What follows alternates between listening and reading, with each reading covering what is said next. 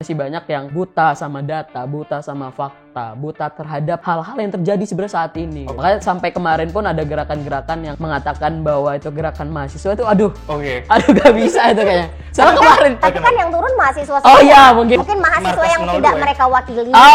Boleh. Prabowo itu tanpa Gibran nggak bisa menang. Emang bener gak? Tapi faktanya kan kita leading, maaf yang ngomong kalau paslon 1 dan 03 jumlahnya dikali 2 juga kita masih unggul.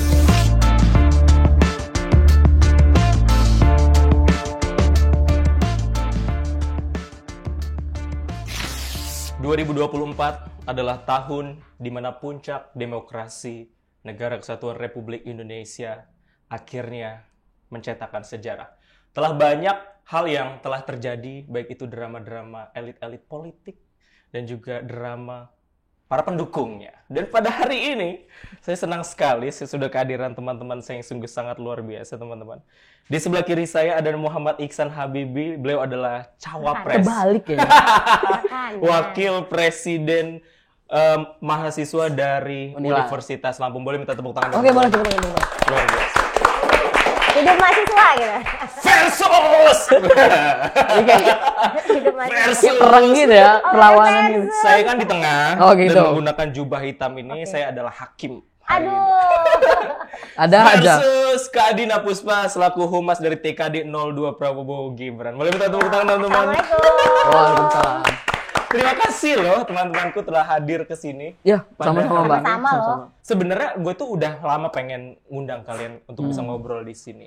Cuman kayaknya momentumnya belum pas aja. Karena mungkin kemarin sebelum pemilu Kak Dina cukup banyak agendanya. Karena kan aku ngeliatin juga story-nya padat banget. Iya. Bener? Ini kan udah selesai pemilu, udah selesai masa kampanye, masa tenang, hari H, terus udah kira-kira udah mau berapa hari nih ya. Jadi pas begitu kegiatan padat, selesai kegiatan gue langsung flu. Tuh kan, itu saking capeknya. Bukan saking capeknya, saking gue tuh kalau diem tuh langsung sakit. Oh. Gitu ya. Bisa Kerja boleh. keras gitu gak sih? Oh, iya. Makanya menang kan. Menang versi Oke. quick count. Tapi kan quick count tuh biasanya nggak jauh-jauh dari Dari real count. hasil, Nah, dari hasil. real count. Kan Najwa Shihab udah ngomong di ini. Oh gitu Oh, ya? oke. Itu video tahun kapan, Bu? Video baru. Tapi memang kalau kita Iya. lihat update-nya real count hari ini juga tim 02 masih leading. Jadi, Masih leading di angka 57 sekian lah ya, 57 sekian persen. Walaupun memang dengan segala pro kontranya itu menurut Kak Dina itu pro kontra dari pendukung dan juga paslon lain itu ngeliatnya gimana? Dengan posisi 02 yang leading kan pasti ada inilah kita tahu kan banyak. misalnya banyak paslon yang masih belum terima gitu. Betul. Gimana pandangan Kak Dina? Tapi faktanya kan kita leading, maaf yang ngomong kalau paslon 1 dan 03 jumlahnya dikali 2 juga kita masih unggul sih. Boleh. Emang boleh sesombong itu? Bukan sombong, artinya kan memang menurut saya ya memang kalau ini kita bicara nasional atau Lampung aja nih. Bebas. Kalau- Boleh dari Lampung terus kita naikin ke nasional juga. Ya ini kan sesuai dengan konsep yang kita usung dari awal tuh kan kita maunya pemilu yang riang gembira, yang ya udah riang gembira. Kita juga kelihatannya ada gimmick, tapi kan di balik gimmick itu kita juga punya gagasan yang memang gagasan kita tuh ada gitu, konsepnya itu kan ada, bisa dibedah ya mungkin nanti. Terus apa ya kok jadi serius katanya? Enggak, menurut gue gini, kemarin tuh kan juga sempat pas setelah pemilihan kan suaranya naik. Terus Betul. kan Pak Ridwan Kamil tuh kan posting tuh di Instagramnya. Ternyata ada suara silent majority. Oke. Nah, silent majority ini ternyata memang itu menentukan di hari-hari terakhir. Hari-hari terakhir. Kenapa kenapa ada silent majority? Karena memang itu kebanyakan dari suara Gen Z yang menentukan terakhir. Oke. Katanya silent majority juga bisa-bisaan aja, tapi enggak kok. Gue tuh di WA bener-bener orang yang selama ini enggak ini loh Fandi, dia tuh enggak bicara politik, enggak ngebahas politik. Jadi selama masa kampanye dia tuh kayak anteng-anteng aja. Tapi pas hari H itu banyak yang DM gue tuh. Bukan DM WA. Gue udah nyoblos Prabowo. Deklarasi. Enggak, gue udah nyoblos Prabowo, gue udah Oke. nyoblos dulu. Tadi gue nyoblos Prabowo. Katanya mereka kan beberapa yang Ya, videoin, mendeklarasikan enggak, dirinya kalau mereka mendukung fotoin, itu. videoin. Oke. Bahkan ada salah satu ilustrator di Oke. Lampung, dia bilang gini. Jadi ada mereka tuh ada grup ilustrator isinya, gambar gitu. Mereka tuh cukup dengan kalimat gini aja. Udah paham kan mana yang dipilih?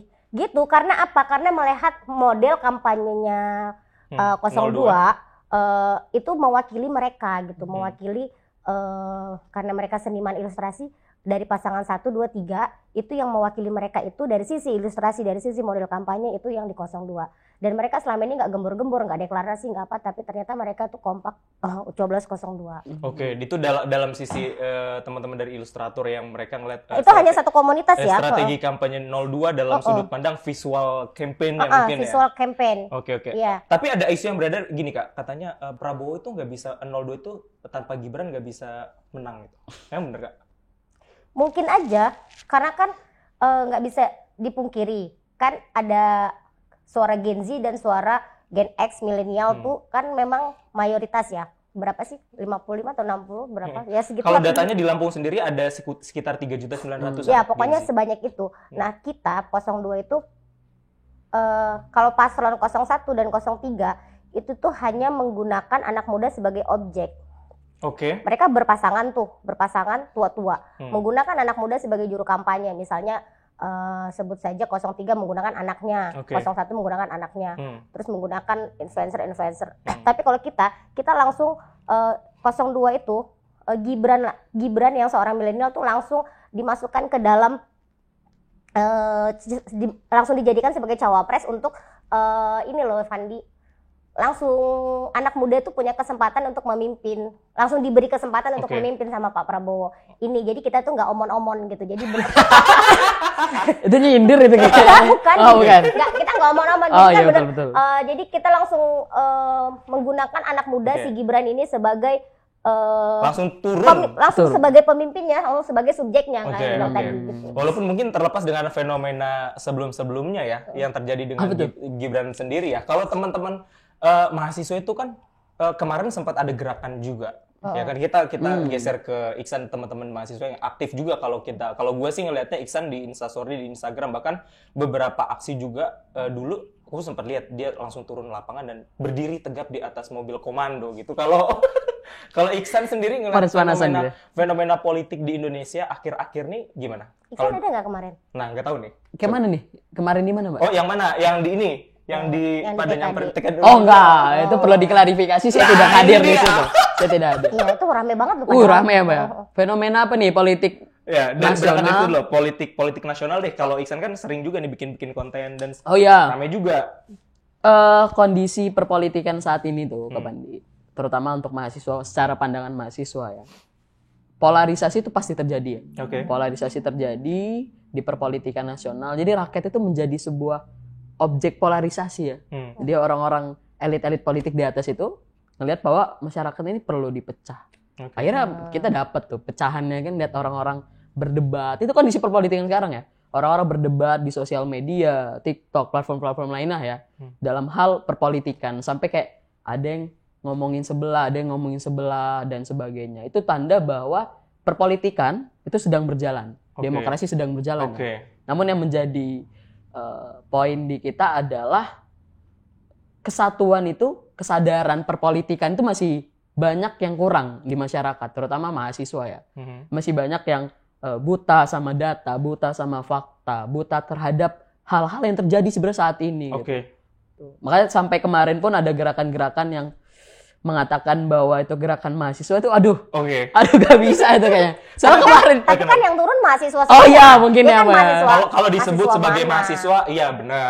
Betul. Kita nggak tahu background itu mahasiswa gimana. Itu. Kalau Iksan ngeliatnya gimana fenomena kemarin itu? Yang kemarin itu ya. Sempat menggeruduk mungkin mahasiswa yang tidak mereka wakili.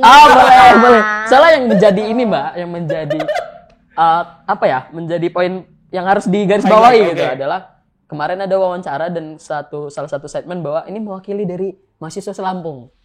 Nah, itu saya ini banget. Nah, ini menjadi sebuah tanda bahwa kapan kalian konsolidasi gitu loh. Kapan kalian konsolidasi membawa narasi itu gitu. Kan biasa kalau dalam aksi, kapan dia, Mbak? Kalau dalam aksi itu biasa kita ngumpul dulu tuh mahasiswa, konsol namanya. Membahas suatu isu, membahas suatu permasalahan dan sebagainya. Baru tuh kita ajak elemen-elemen lain, rakyat, NGO, LSM dan sebagainya. Baru tuh kita bisa bangun aksi itu. Tapi di sini kita aksi tiba-tiba nggak tahu dari mana. Mungkin saya enggak gitu ya. Saya tidak merasa diwakilkan kalau aksi itu. Jadi kayak perpolitikan nasional itu nggak kayak gitu. Kalau saya nih sebagai mahasiswa, kita bukan menggeruduk calon tertentu, tapi menggeruduk seluruh calon. Menggeruduk seluruh calon dari 1, 2, dan 3 dan sebagainya. Untuk menyampaikan aspirasi. Maka daripada itu, seharusnya, kayak tadi tuh contohnya adalah, aspirasi itu harus ditampung. Nggak cuma beberapa mahasiswa doang. Dan jangan sampai mengatakan bahwa, oh itu perwakilan mahasiswa. Itu jangan sampai tuh. Karena kalau gue nggak wakili banget. Kan kebetulan kemarin pas aksi kan saya tuh di TKD. Oh iya, boleh. Saya digeruduk nih, digeruduk. Jadi Din ada demo, Din TKD di demo nih. Bukan diseruduk banteng ya? Aduh, no comment deh.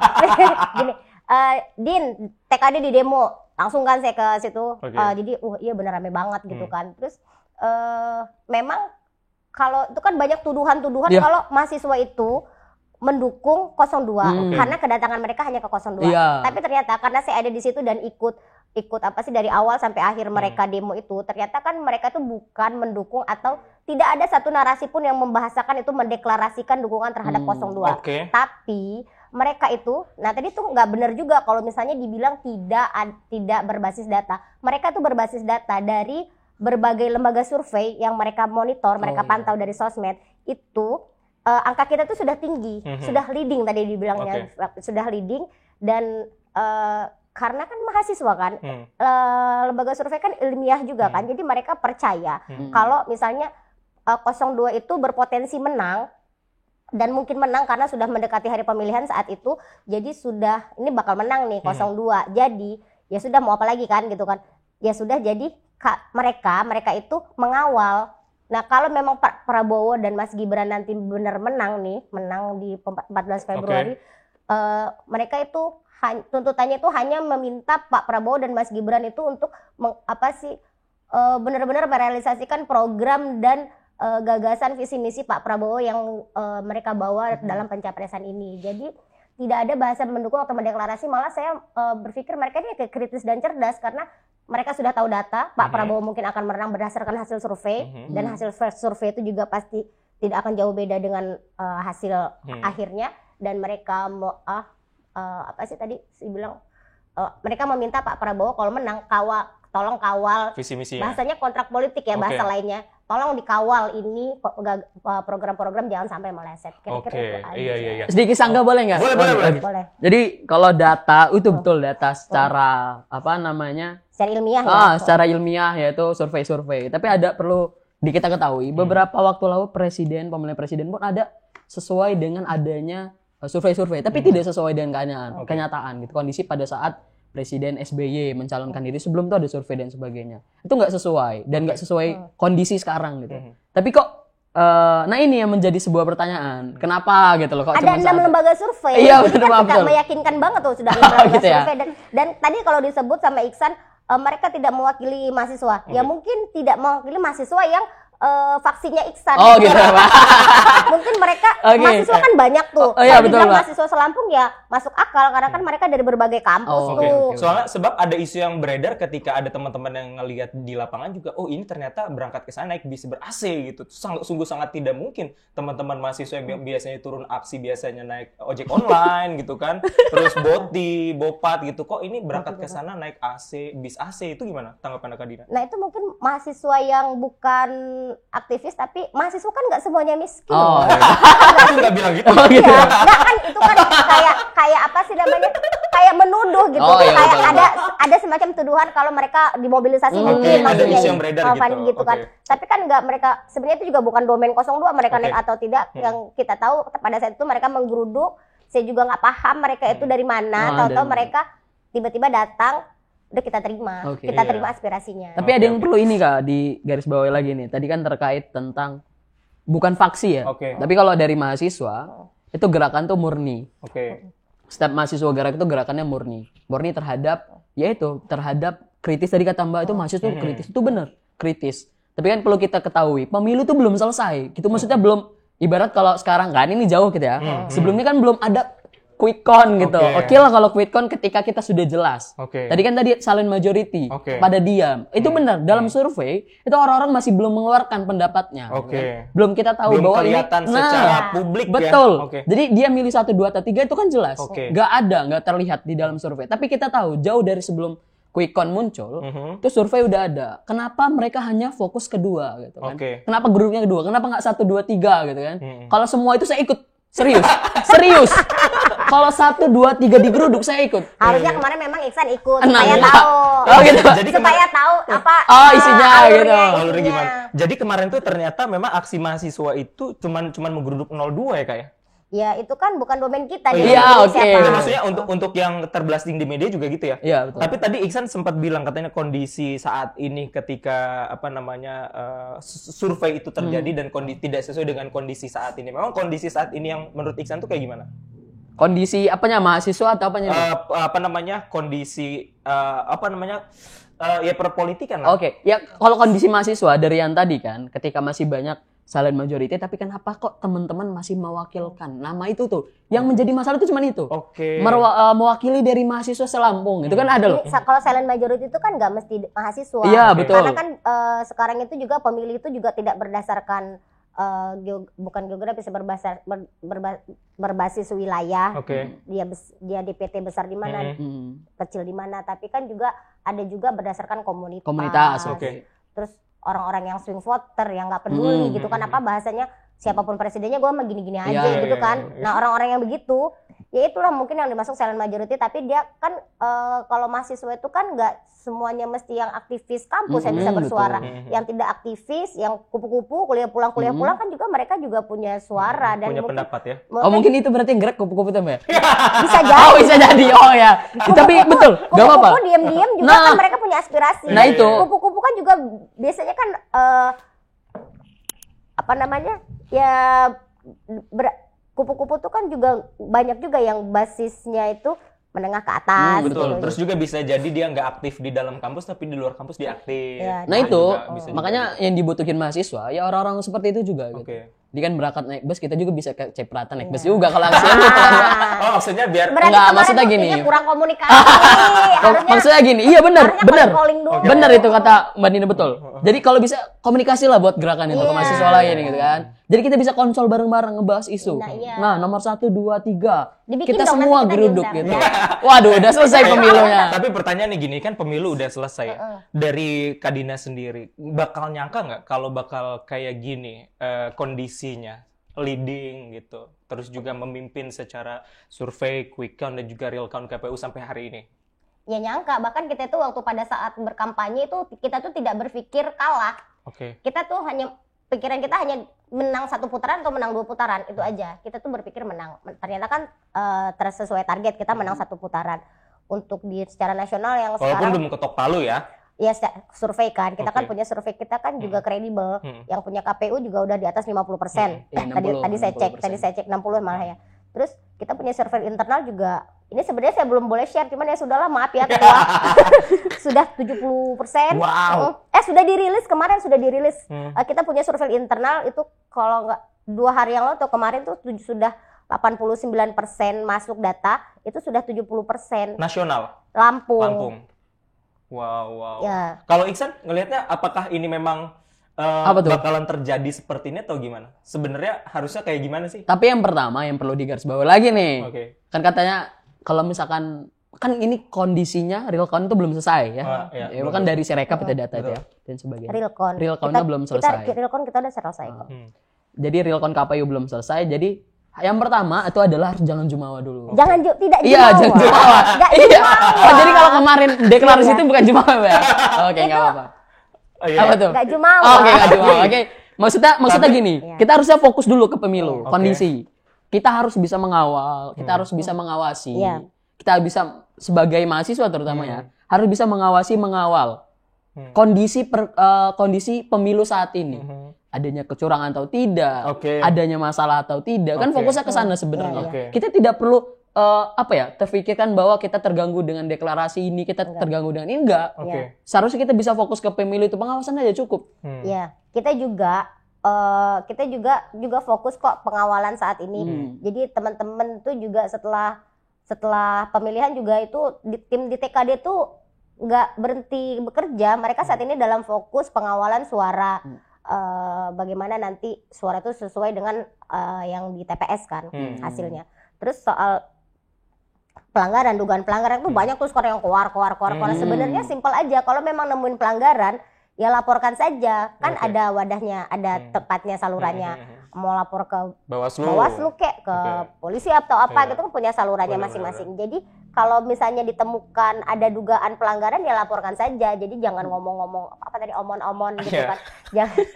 Jangan ribut-ribut di media sosial, ribut-ribut di pertemanan, jadi kan jadi rusak kan itu kan.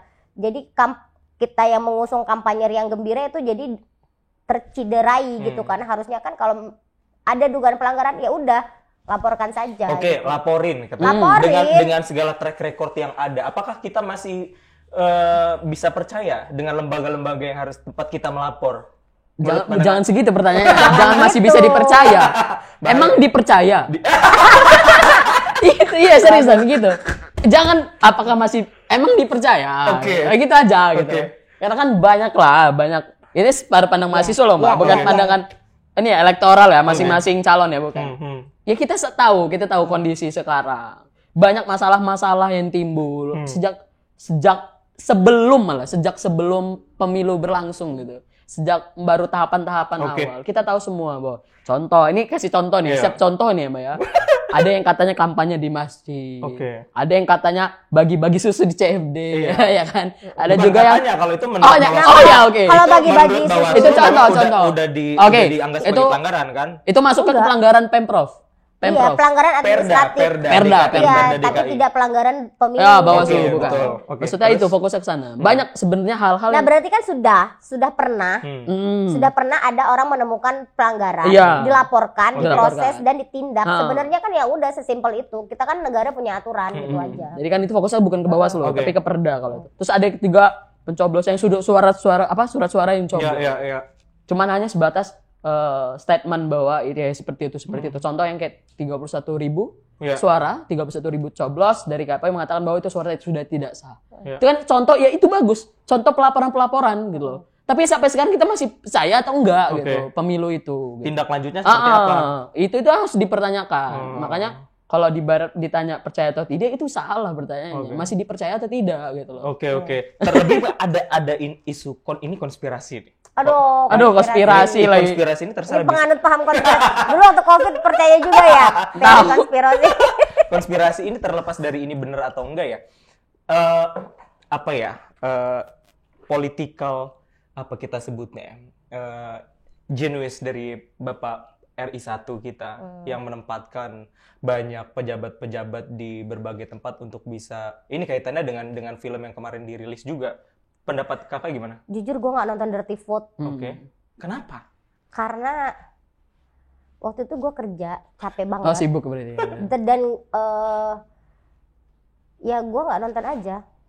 Karena tapi dengar cerita-cerita sih ya katanya dia mengekspos tentang dugaan pelanggaran. Ya udah gitu aja. Apalagi setelah gue baca-baca juga di medsos. Itu berapa durasi sih film? 1 jaman. Nah, hampir 2 jam. 1 jaman lebih. Gue aja hobi nonton udah nggak pernah nonton ke bioskop lagi nih gara-gara kampanye. Berarti sibuk bener Mbak ini. Bukan sibuk bener. Iya, soalnya kan itu kalau kita lihat kan memang banyak data juga dalam film itu juga mengutip fakta pers yang kita tahu juga bukan cuma satu sumber dari media yang dikutip dengan dia dan juga untuk dari pembawa atau pemeran video itu pun yang ada di film itu adalah 3 ahli hukum yang benar-benar sering bolak-balik ke MK. Artinya kan dia juga tahu kondisinya di sana seperti apa. Iksan ngeliatnya gimana? Nonton, saya sih nonton. Gue sih nonton. Gue pernah ketemu salah satu narasumber itu di Unila. Jadi pas ada saat itu Bivit namanya, Bivitri yang perempuan.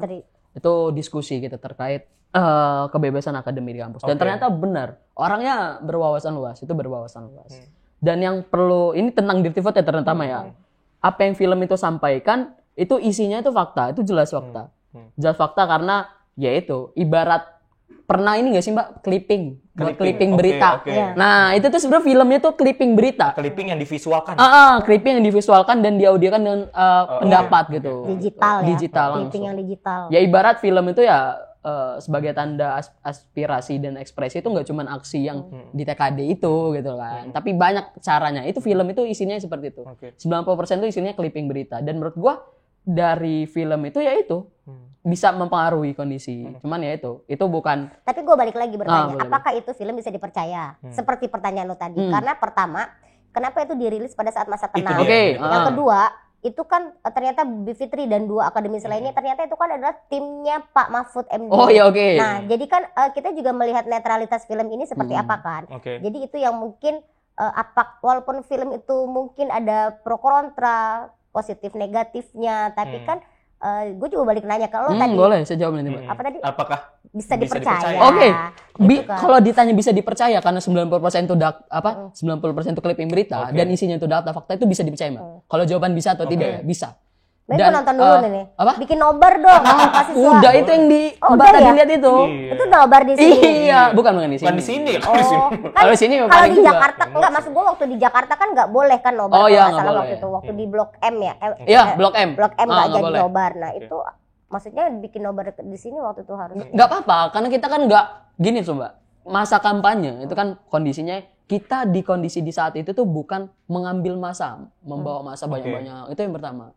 Yang kedua, untuk buat film itu, nobar itu, ya kita nggak menjurus untuk memilih atau menahan untuk nggak usah milih. Kan sebenarnya itu kampanye itu kan. Jadi nggak ada pelanggaran yang kita lakukan. Jadi nobar tetap jalan. Nobar tetap jalan. Tetap jalan. Tapi kita dulu diskusi kita nggak dapat undangannya. Oh, mau diundang gitu? Kalau dapat undangannya saya selalu datang. Oh gitu. Teman. Karena emang fokusnya bukan ke 1, 2, 3. Kita bahas nobar itu aja. Gitu. Nah itu. Tadi bagusnya kemana lagi? Iya. Pecah lagi fokusnya. Pertanyaan Mbak tadi ya, tim Mahfud. Timnya Mahfud. Oke, timnya Mahfud, timnya Pak Jokowi. Ada itu yang pertama. Ada partai PKS juga katanya. Enggak, itu dulu. Itu beda lagi itu ya. Timnya Mahfud berarti timnya Pak Jokowi gitu kan. Itu fokusnya ke hukum. Ya itu untuk kepentingan negara. Jadi nggak ada kepentingan elektoral masing-masing pada saat Pak Mahfud itu menunjuk beliau-beliau ini gitu narasumber. Ya itu is okay, nggak apa-apa, nggak ada masalah, bukannya tim Mahfud bukan. Terus ada yang partai, ada partai ini nih, ada partai ini. Nah, itu perlu dipertanyakan. Kedekatan hanya sebatas pernah dalam satu narasumber gini gitu. Emang gue bisa jadi bagian dari Mbak Dina kan enggak gitu. Dalam suatu forum, dalam suatu diskusi emang jadi bagian kan enggak. Karena dalam diskusi bertukar pikiran is okay, biasa aja. Tapi yang menjadi permasalahan tuh ketika itu data kesebaran informasi itu kayak ada anggota partai dan sebagainya, perlu dicari tahu nih. Orang-orang ini juga anggota partai nggak ada punya nomor KTA-nya nggak kan gitu. Nah itu yang sebenarnya menjadi sebuah pertanyaan dan menjadi sebuah menurut gue ya anomali. Kenapa hal-hal kayak gitu malah dipertanyakan? Bukan isi dari film itu, data-data itu sih. Itu kan jadi kita melihatnya seperti media propaganda kan. Oh iya. Kayak sekarang kan memang zamannya digital, semua orang nonton YouTube gitu kan. Sama kayak ini loh Pandi dulu. Zaman gue dulu nggak tahu ya kalian udah aktif belum? Nggak, kalau dulu tuh kan kayak kita selebaran. Iya, aksi itu propaganda itu kayak gitu. Ya, maksudnya kan kita sih kalau dari kacamata kita melihatnya seperti itu aja. Hanya untuk mungkin ada niatan untuk menggerus suara 02. Karena kan itu kan ditujukan ke 02 kan. Semua sih Mbak sebenarnya. Sebenarnya ya karena gue nggak nonton sih. Boleh. Cuma lebih banyak ke selipnya 02 aja sih. Berarti kan banyak masalah 02. Menggerus. Tapi setelah nonton film itu dan nilainya seperti apa? Apakah itu tetap mempengaruhi suara pemilih? Ya kita lihat sekarang. Sekarang kondisinya ya di quick count-nya menangnya kubu Mbak. Berarti kan tandanya rakyat masih belum bisa gitu loh. Masih belum banyak terpengaruh terhadap film itu. Padahal penontonnya banyak banget katanya ya. Banyak sampai hampir 7 jutaan lah. 7 juta. Sekarang ini hampir ke 7 jutaan. Mungkin yang nonton bukan dari 02 kayaknya Mbak. Atau karena memang sebelum film itu dirilis saya sudah yakin akan memilih. Oh gitu ya. Tapi ya benar Mbak. Ngomong-ngomong nih, kakak sebagai timnya 02, nyoblosnya memang 02 ya? Enggak. Anda udah tanya ya, siapa tahu kan enggak. 02 dan caleg yang saya coblos juga memang dari Koalisi Indonesia Maju. Memang harus linear gitu ya? Ya kan kita memilih berdasarkan gagasan. Perlu nggak kalau misalkan kita nyoblos tuh harus linear dari legislatif ke eksekutifnya? Enggak sih. Kalau gue malah enggak. Legislatif kan kalau presiden kan eksekutif ya jatuhnya.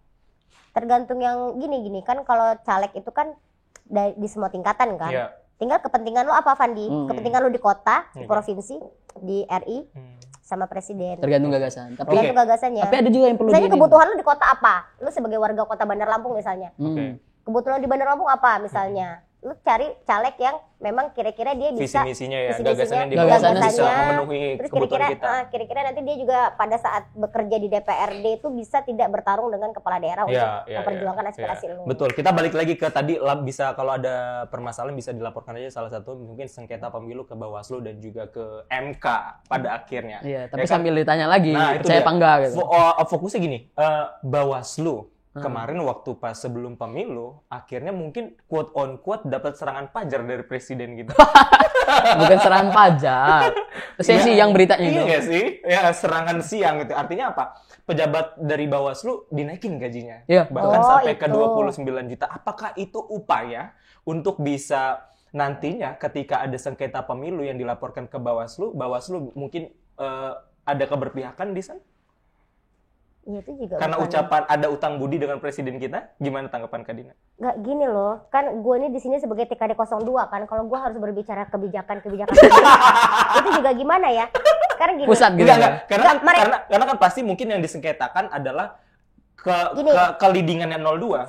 Soal misalnya ada kebijakan Pak Presiden itu menaikkan gaji ya Bawaslu. Tapi kan kenaikan gaji itu kan dibahas di DPR selaku apa sih, salah satu tugasnya DPR itu kan apa, budgeting ya, menganggarkan.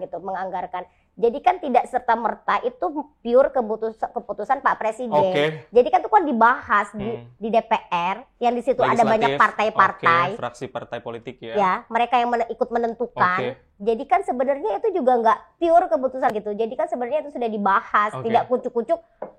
Emang duit Jokowi pribadi bisa cuk-cuk gitu, enggak, itu tuh sudah dibahas. Tapi kemarin sempat ada yang self proclaim tuh ketika ngasih bansos, katanya ini dari Bapak Presiden. Termasuk bansos. Bansos itu ini gue jelasin. Jadi bansos itu kan juga sama. Itu dibahas di DPR. Dan di situ ada banyak partai dan juga lu nonton gak sih kemarin tuh Deddy Corbuzier sama Fahri Hamzah, ini kan dibahas juga. Jadi dibahas dengan partai-partai, dan partai-partai ini juga jangan-jangan juga minta atau bukan minta jatah misalnya per kementerian. Kita tahu Nasdem pegang Kementerian Pertanian, mungkin juga dia minta jatah untuk traktor untuk ke masyarakat.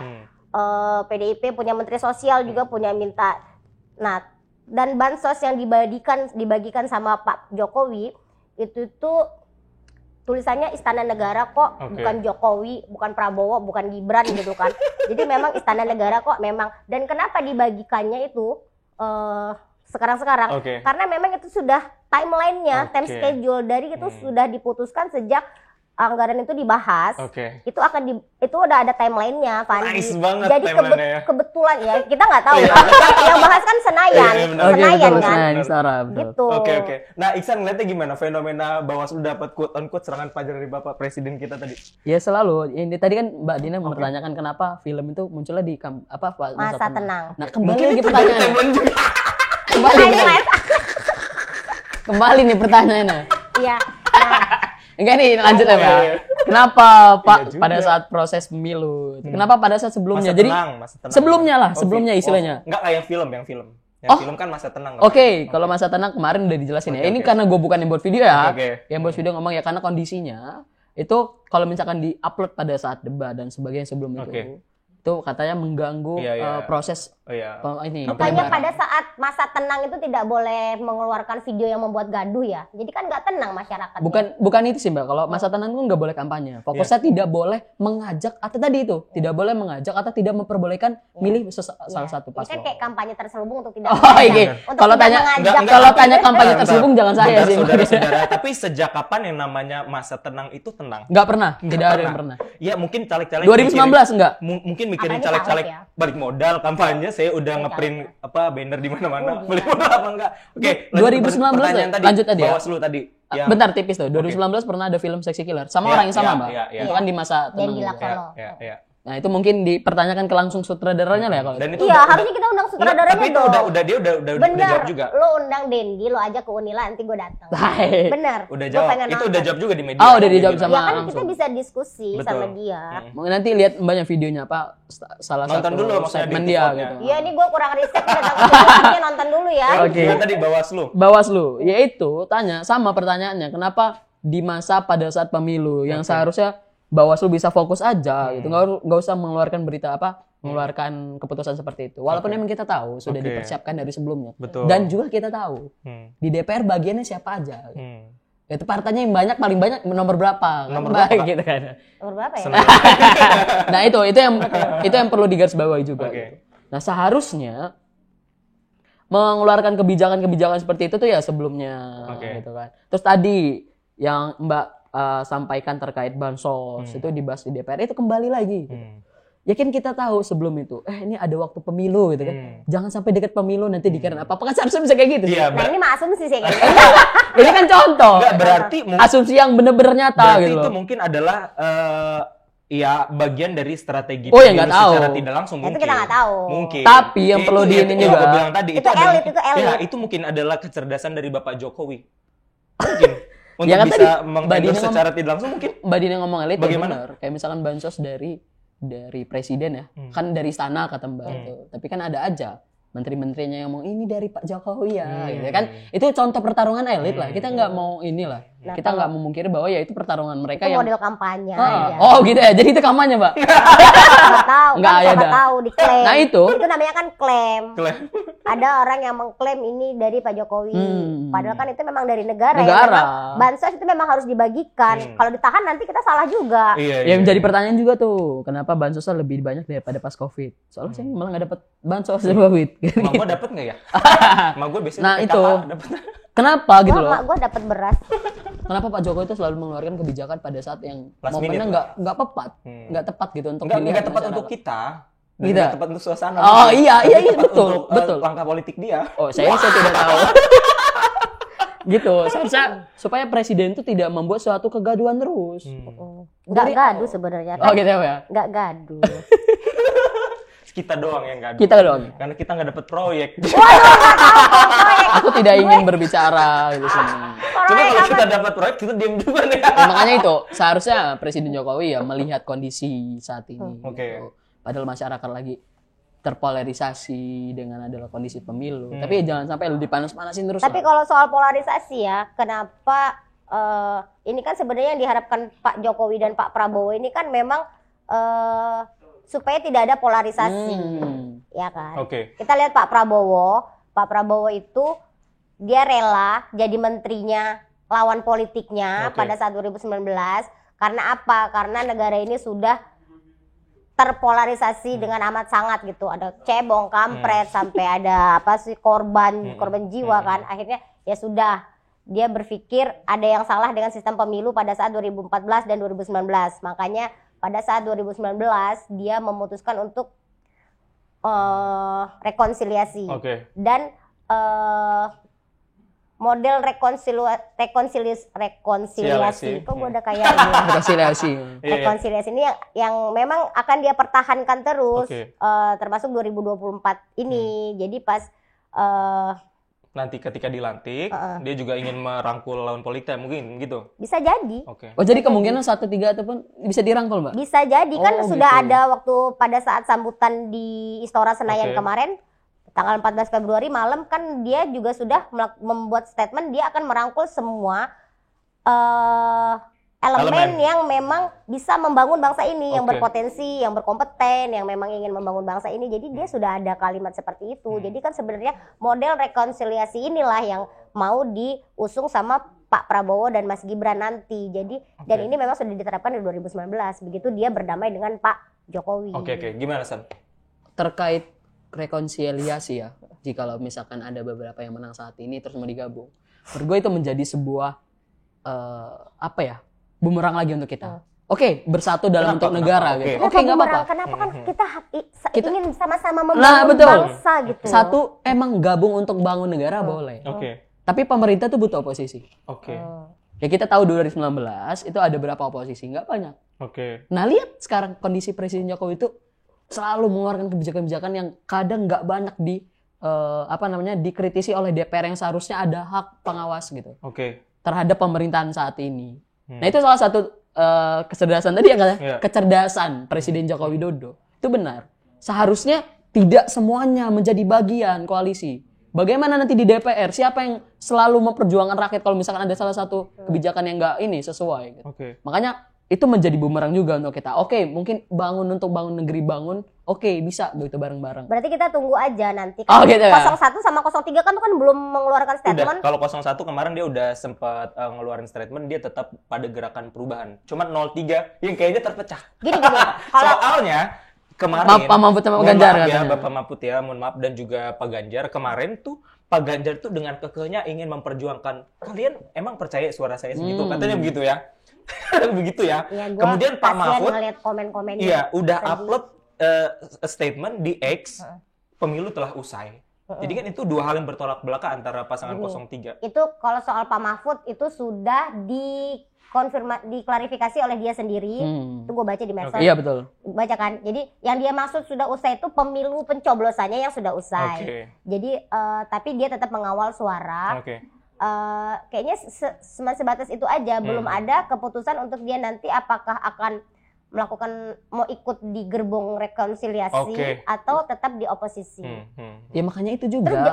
Terus juga itu untuk lagian kita kalau mau ngomong oposisian ya, misalnya oposisian. Terus di PDIP juga menterinya banyak masih di kabinet. Saat ini ya. PKB juga ya kenapa nggak mundur seperti Pak Mahfud kemarin? Kenapa Pak Mahfud mundur berani dia? Kenapa menteri-menteri dari PDIP nggak mau rame-rame mundur? Kenapa nggak mau jadi oposisi? Terus PKB juga menteri-menterinya juga ada di kabinet. Jadi kan sebenarnya mungkin nunggu di reshuffle. Kayak main-main aja sih mereka. Nunggu di reshuffle. Nah, makanya sampai hari ini Mas Gibran tuh posisinya masih kader PDIP kan? Masih. Dia nggak mau keluar, dia tidak mau keluar, tapi ya partainya juga belum mengambil sikap. Itu dia, itu juga kecerdasan dari maksud gue gini, Bu Mega, Nenek kita Cio. ngomong oposisi.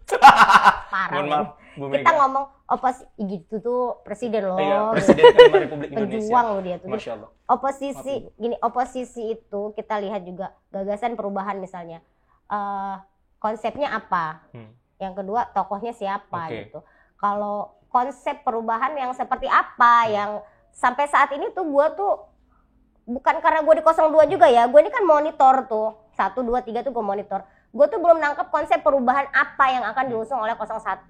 Perubahan yang bagaimana gitu kan. Toh selama ini mereka juga tidak pernah berada di gerbong oposisi. Terus satu lagi tokohnya, apakah Anies ini memang benar-benar tokoh oposisi, tokoh perubahan? Kan enggak juga sebenarnya kan. Selama ini kan dia juga selalu ada di barisan pemerintah kan gitu. Jadi kalau untuk perubahan gue juga belum nangkap konsep perubahannya itu yang seperti apa. Soal oposisi, San. Kan kondisi sekarang itu tadi Presiden Joko Widodo itu 2019 sudah mengkooptasi dari oposisi mereka, oposisi presiden. Jadi bagian-bagian tadi betul. Kayak dari beberapa partai yang masih jadi bagian di presiden yang masih belum keluar sampai sekarang. Itu kan jadi plan Pak Jokowi dari awal. Itulah merangkul dan akhirnya itu beberapa doang tadi kan. Dan hanya mahasiswa mungkin sekarang, rakyat yang masih membuka mata ya kan. Jangan sampai perubahan seperti itu lagi gitu. Bukan perubahan, Mbak. Oposisi maksudnya. Pokoknya menjadi sebuah kritis gitu. Menjadi sebuah orang yang lembaga yang kritis gitu. Perlulah kritis. Perlu, itu. Makanya itu. Bahkan tidak hanya oposisi, sebenarnya teman-teman koalisi itu juga harusnya tuh kritis. Jadi tidak hanya ABS asal Bapak senang. Kalau misalnya dianggap kebijakan Bapak ini nggak bagus loh. Misalnya kebijakan Bapak ini tidak tidak tepat atau kurang bermanfaat untuk masyarakat. Sebenarnya dari koalisi itu juga pasti sudah melewati sisi-sisi kritis sebelum atau pada saat pembahasan di DPR. Kalau gue rasa sih begitu. Jadi jangankan oposisi, menurut gue teman-teman koalisi itu juga harus kritis. Kan kritis itu yang harus jadi pegangan kita. Nah betul, koalisi harus kritis, tapi kan itu asumsi. Nah kita nggak tahu lah. Kita tahu isinya dari koalisi pasti ngikut dari keputusan gitu, pimpinan atas pasti yang paling presiden ataupun apa. Gitu. Kenapa kayak gitu? Ya karena menjadi sebuah itu kita nggak bisa menafikan itu, kita nggak bisa menyingkirkan bahwa presiden siapa, koalisinya siapa. Ya Nggak seharusnya bisa fokus. setransaksional itu sih. Oh gua gitu. Emang iya. Politik, kalau ngomongin politik nggak transaksional. Juga nggak setransaksional itu, nggak sekepentingan itu juga. Karena kan memang kita di dalam aja misalnya di dalam rumah gitu kan. Koalisi jatuhnya kan ya. Kalau misalnya kemauan kakak berbeda, kemauan adik berbeda kan pasti tuh ada perdebatan, ada kritik-kritik gitu kan. Dan juga nanti kan ada pembahasan yang akhirnya memunculkan kok keputusannya gini aja gitu. Menurut gue sih.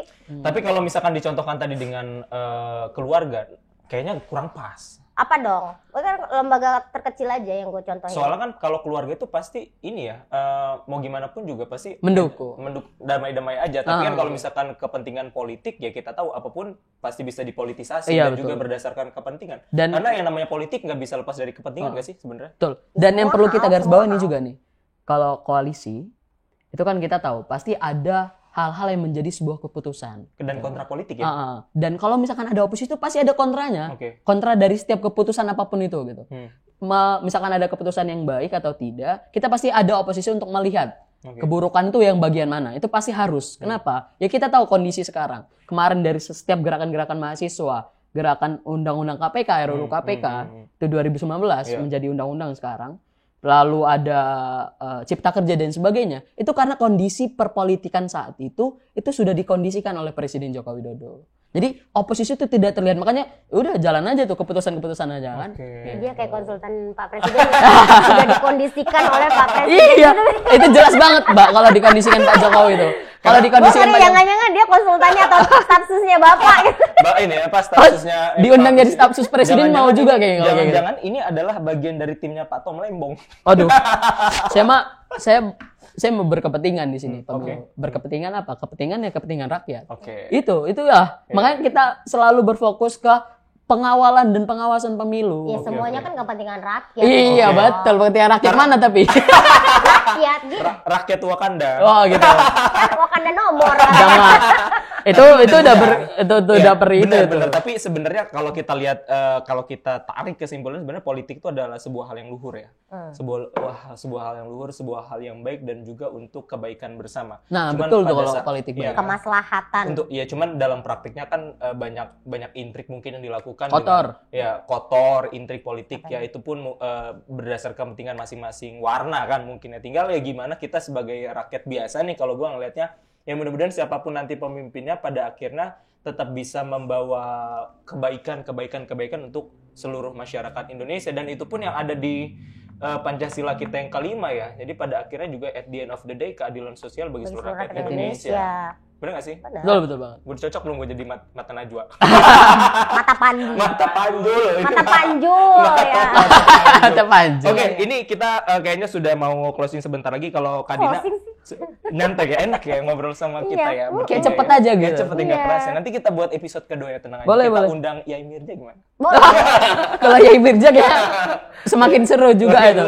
Nanti kesini. Tapi kalau Kak Dina sendiri sebagai 02 nih ya, kayaknya mungkin kedepannya bakalan ketok palu sebagai akhirnya ya setelah 4 kali ini Bapak Prabowo Subianto ini mencalonkan diri sejak 2004 ya sampai akhirnya 2024 itu 20 tahun ya 10 tahun ya berapa tuh? Iya 20 tahun 20 tahun berjuang untuk menjadi RI 1 akhirnya mungkin untuk mengembalikan cintanya. Yes. Kan lagi viral tuh Bu Titi.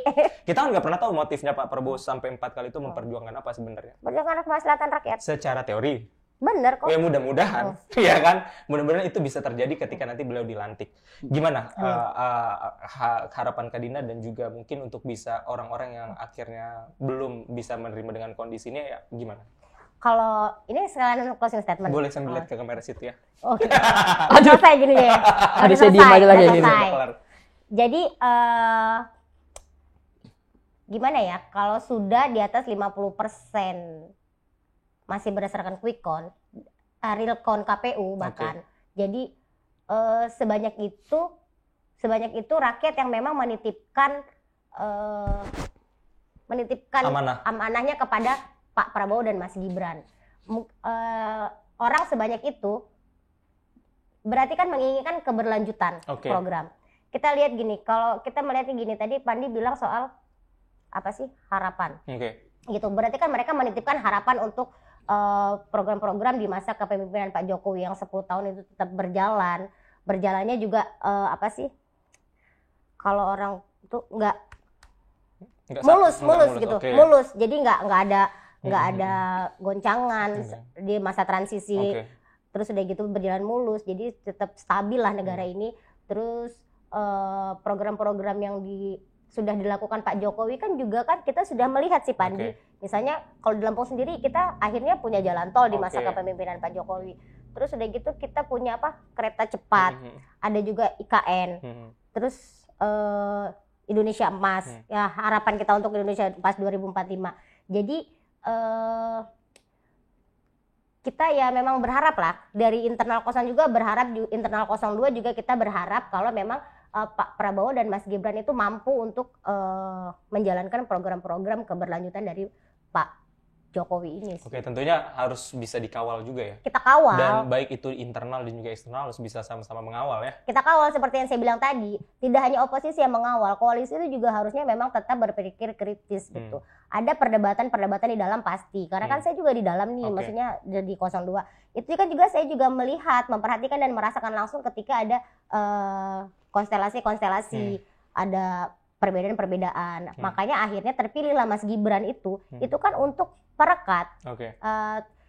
Tadinya kan ada banyak nama. Tadinya ada Pak Muhaimin, ada beberapa nama lain yang ditawarkan di koalisi Indonesia Maju untuk menjadi calon wakil presidennya Pak Prabowo. Tapi kan ternyata ada konflik di dalam.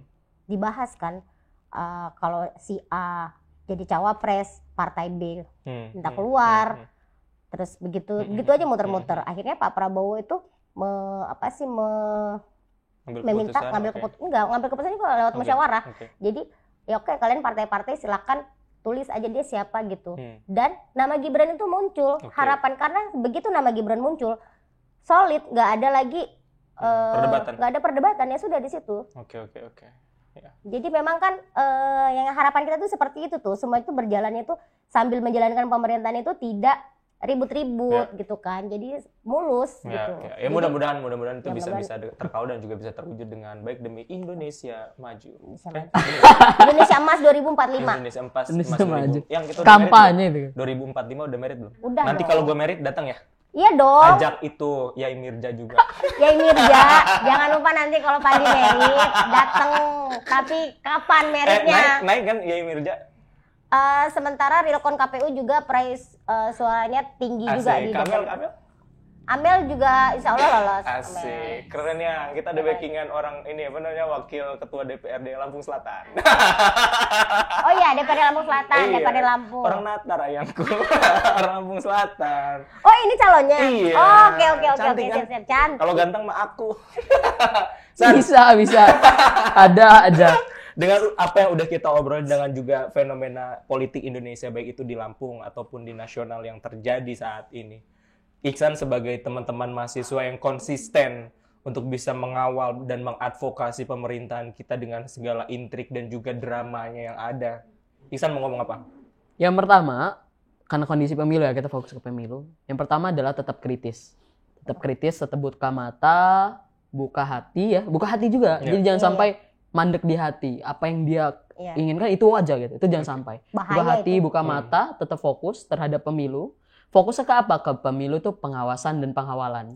Ya karena saya sampaikan lagi nih, pemilu belum selesai kata KPU kan. Realkon belum selesai. Keputusan secara 100% itu belum selesai. Maka daripada itu setiap elemen jangan merasa jumawa dulu gitu. Terhadap hasil, fokus ke pengawasan dan pemilu, laporkan segala hal yang terjadi, kecurangan-kecurangan yang ada. Dan yang tadi nih yang sudah disampaikan oleh Kak Pandi bahwa politik itu kan sebenarnya baik untuk kebaikan. Tapi kita lihat isinya adalah sebuah keburukan, kecurangan ya. Melihatnya dari sisi buruk. Gitu. Iya, makanya yang perlu disampaikan adalah politik itu nggak buruk. Politik itu bukan buruk. Dan kalau ada orang-orang yang buruk melakukan dengan politik melakukan dengan cara yang buruk, jangan sampai teman-teman itu seperti membiarkan, menormalisasikan.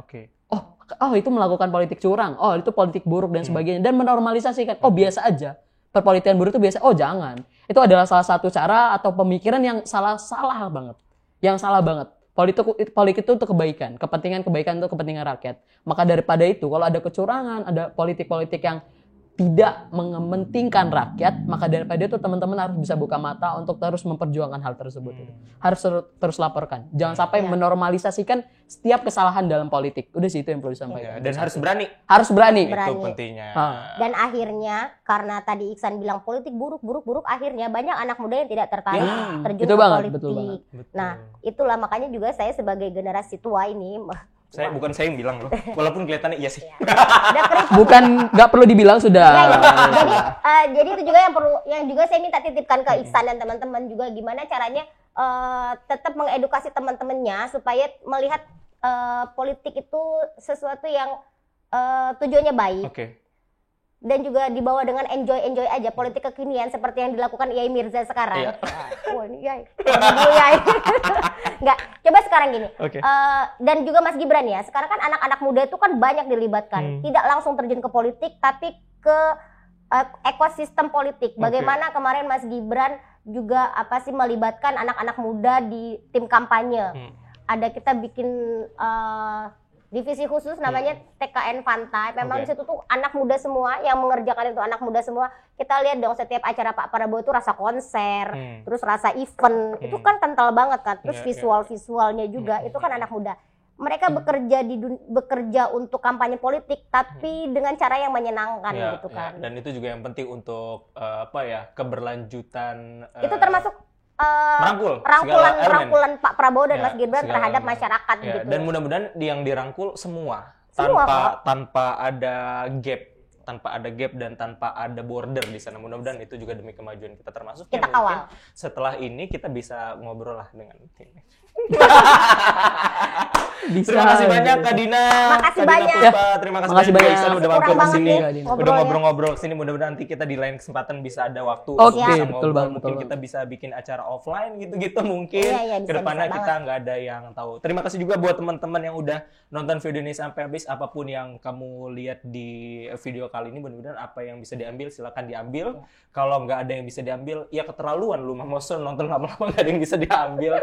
Ambil baiknya, apapun tadi bercandanya itu tidak disengaja ya. Dan tadi kalau misalkan Iksan bilang kawal pemilunya sampai akhir, memang itu sampai akhir kita kawal sampai selesai, benar-benar sampai ketok palu, bukan cuma di real count aja, tapi sampai rekapitulasi KPU RI yang memutuskan siapakah yang akan menjadi RI 1 di tahun 2029. Sampai penetapan pasangan calon terpilih. Betul, itu dia. Jadi sama-sama kita kawal, sama-sama kita advokasi demokrasi ini, karena ini juga bagian dari memeriahkan pesta demokrasi di 2024 dengan adanya video ini. Sekali lagi terima kasih banyak. Jangan lupa di like, di share, di subscribe video ini, share ke buzzer-buzzermu, kasih tonton video ini. Mudah-mudahan buzzer kemana sekarang ya? Udah selesai kontraknya. Udah selesai. Kontraknya udah selesai. Udah selesai ya. Sampai ketemu lagi di video selanjutnya. Pandi pamit, see you and bye-bye.